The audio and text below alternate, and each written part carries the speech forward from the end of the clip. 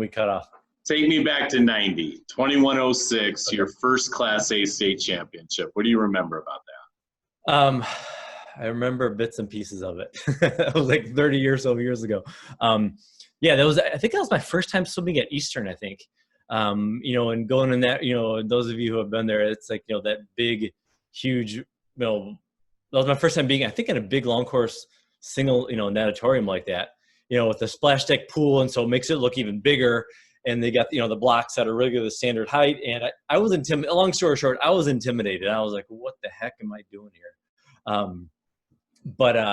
Yeah, I mean, sure, I wanted to swim best times. It's always fun to do well. And I did. And I was excited. I was, kind of didn't really know exactly what that all meant, I think another part of it. I was still kind of getting into it as far as being, at that level of competition.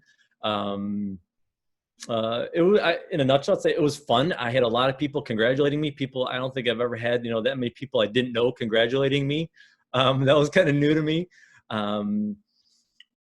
But I think I remember when, they had us kind of stand up on the blocks, and then they give you your medal and you stand up and do the wave thing. And I think that was the first time when I was like, wow, all these people are looking at me. I don't remember how I felt as far as if I liked that feeling or not. Probably not. Knowing me, I probably didn't like that. It felt good to swim fast. But as far as getting all that attention, that's not really me. Yeah, it was great. I think I I remember, I think I got second in the 100, or did pretty well in the 100, if I remember. I really did great. And it was pretty cool. It set a good tone, I will say that. Yeah. From there on out. You said just now, I didn't know what all that meant. What did it mean? Because I'm curious, did that change anything? Did it open your eyes in any way, winning a championship like that? I mean, maybe you were just trying to swim fast and you just kind of moved on to the next thing, but I'm curious, what did it mean in your life at that time? Earlier you asked me about breaking points, or when was a breakthrough point. I think that was another big breakthrough point for me.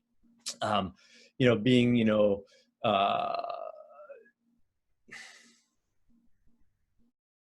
trying to think of how to describe this. I think having the confidence, maybe a confidence booster kind of thing. Not that I really wasn't confident before, but I think that's kind of a reassurance kind of thing. Like, yeah, you're doing the right thing.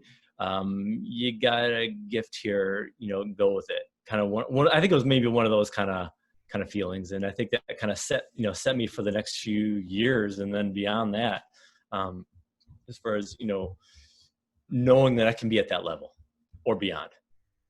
I think that kind of even reset my goals as far as, where I am and where I could be moving forward. Did you pay attention nationally? Were you a kid that checked out NAG top 16s and NISCA lists and things like that early on? Were you really tuned into where you were, or not so much? I think it was kind of right around there. I think when it really hit, maybe that was actually probably the year before. I think it was when I was 14. Yeah, I think it was when I was 14. I made my first, I think I got my first junior national cut in the 50. And I remember I went down, again, talking about, family support and everything. I made the 50 cut by just a little bit. And so, we all drove down to Pensacola, Florida, and, my coach, and even, Bob General and Jeff Colton was even the assistant coach. And, we made it down there, and they all came down and watched me swim 2 lengths of the pool down in Florida. And it was, so that I think it was really when it clicked as far as following, at a national level. Then now move forward, the next year, what we're talking about, high school state meet, it was kind of like, yeah, this is kind of where I'm going here. That wasn't a fluke last year. This is kind of a real thing. Yeah. And if I'm remembering this correctly, there was some really quick kids there your sophomore year. Carlini is in the race that year, right? Sophomore year. I think he was That's like right. 20.9 and you went Right. 20.66. And, you're continuing to get faster.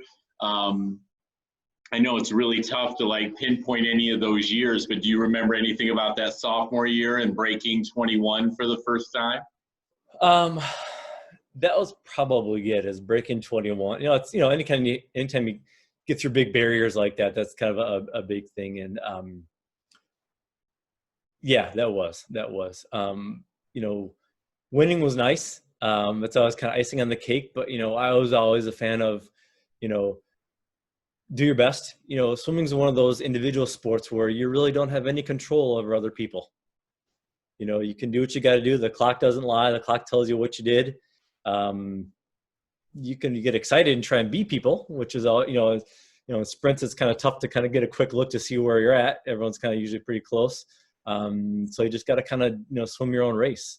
That's one of the things I really liked about it, is it was